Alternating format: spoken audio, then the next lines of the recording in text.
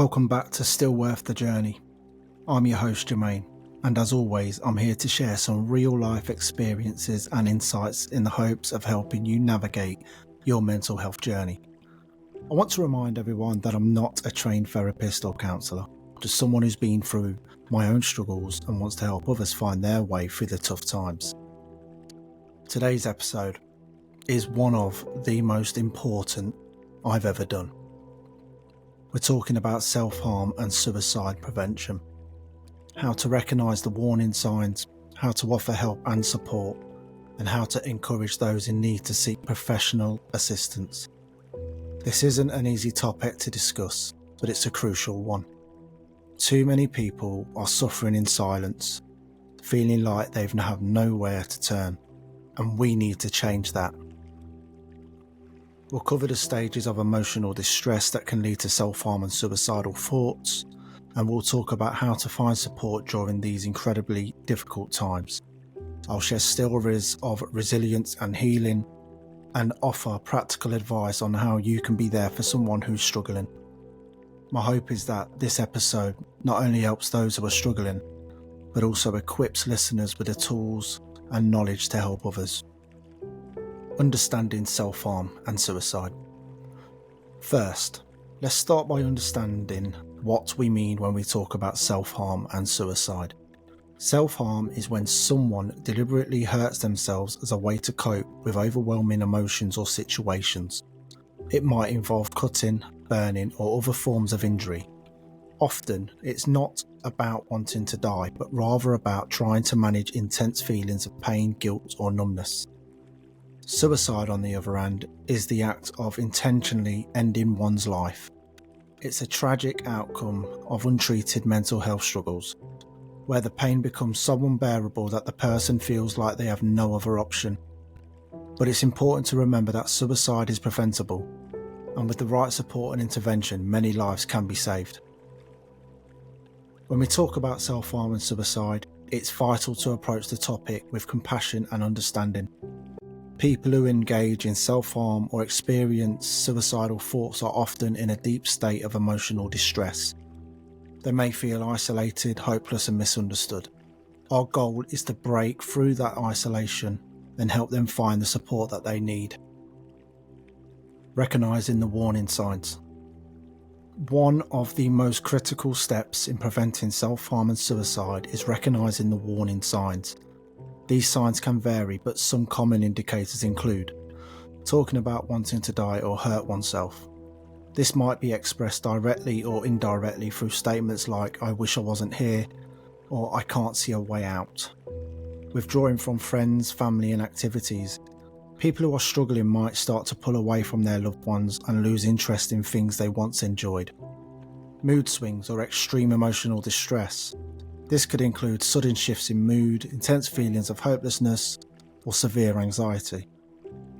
Changes in behaviour or routine. Look for changes in sleep patterns, eating habits, or personal care. Someone might also start giving away possessions or making preparations for their death. Engaging in risky or self-destructive behaviour. This might include increased drug or alcohol use, reckless driving, or other dangerous activities. Physical signs of self-harm. This could include unexplained cuts, burns, or bruises, often on the arms, legs, or torso. If you notice these signs in someone you care about, don't ignore them. It can be difficult to confront, but reaching out to that person could save their life. Start by expressing your concern in a non-judgmental way. Let them know that you've noticed they're struggling and that you're here to support them. It's important to listen without trying to intimidate. Let immediately fix the problem. Sometimes just being there is enough to make a difference. How to offer help and support. So how can you help someone who's self-harming or considering suicide? Here are some steps you can take. Number 1. Listen and validate their feelings. Sometimes people just need someone to listen without judgment. Let them talk about what they're going through and validate their feelings by acknowledging that what their experience is real and painful. Number 2, encourage professional help. While it's important to offer your support, remember that you're not a therapist. Encourage your loved one to seek professional help. whether it's through counsellor, therapist or mental health hotline. Number 3, be patient and persistent. People who are struggling might not be ready to open up right away. Be patient and let them know that you're there for them whenever they're ready to talk. Don't give up on them, even if they push you away. Number 4, create a safety plan. If someone is actively suicidal, help them create a safety plan. This might include removing any means of self-harm or suicide from their environment, identifying a list of people they can contact in a crisis, and planning for how to stay safe. Number 5, know when to seek immediate help. If someone is in immediate danger of harming themselves, don't hesitate to call emergency services or take them to the nearest hospital. It's better to err on the side of caution than to risk losing them. When I went through my own struggles with depression and anxiety, it was the people who didn't give up on me that made the biggest difference. They didn't always have the right words, but they showed up, and sometimes that's all it takes to start a journey towards healing. Stories of resilience and healing. Now, I want to share some stories of resilience and healing. These stories of people who faced the darkness of self-harm and suicidal thoughts, but found a way to turn their lives around. One listener shared how they have been struggling with self-harm for years, feeling like it wasn't the only way to cope with their emotions. But after opening up to a trusted friend, they were encouraged to seek therapy. It wasn't an easy journey, but the time and support, they learned healthier ways to manage their emotions and are now living a life free from self-harm. Another person talked about losing a loved one to suicide and how that experience nearly led them down the same path. But instead of giving in to despair, they channeled their grief into advocacy, raising awareness about mental health and suicide prevention. Through this work, they found a renewed sense of purpose and way to honour their loved one's memory. These stories remind us that no matter how hopeless things might seem, there's always a way forward. Healing is possible, and with the right support, anyone can find their way out of the darkness. Empowering listeners to help. Before we wrap up, I want to empower you, the listener, with some tools and skills to help those around you who might be struggling. Here's what you can do. Number 1, educate yourselves. Learn about the signs of self-harm and suicide and understand the resources available in your community. The more you know, the better equipped you'll be to help. Number 2, start the conversation. Don't be afraid to talk about mental health. By normalising these conversations, we can break down the stigma that keeps so many people silent. Number 3, be a supportive presence. Sometimes just knowing that someone cares can make all the difference. Reach out to your friends, family and colleagues regularly to check in on how they're doing. Number 4, promote professional help. Encourage those around you to seek professional support if they need it. Remind them that it's okay to ask for help and that there's no shame in reaching out. Number 5, take care of yourself. Supporting someone who's struggling can be emotionally draining. Make sure you're also taking care of your own mental health and seeking support if you need it. Remember, we all have a role to play in preventing self-harm and suicide.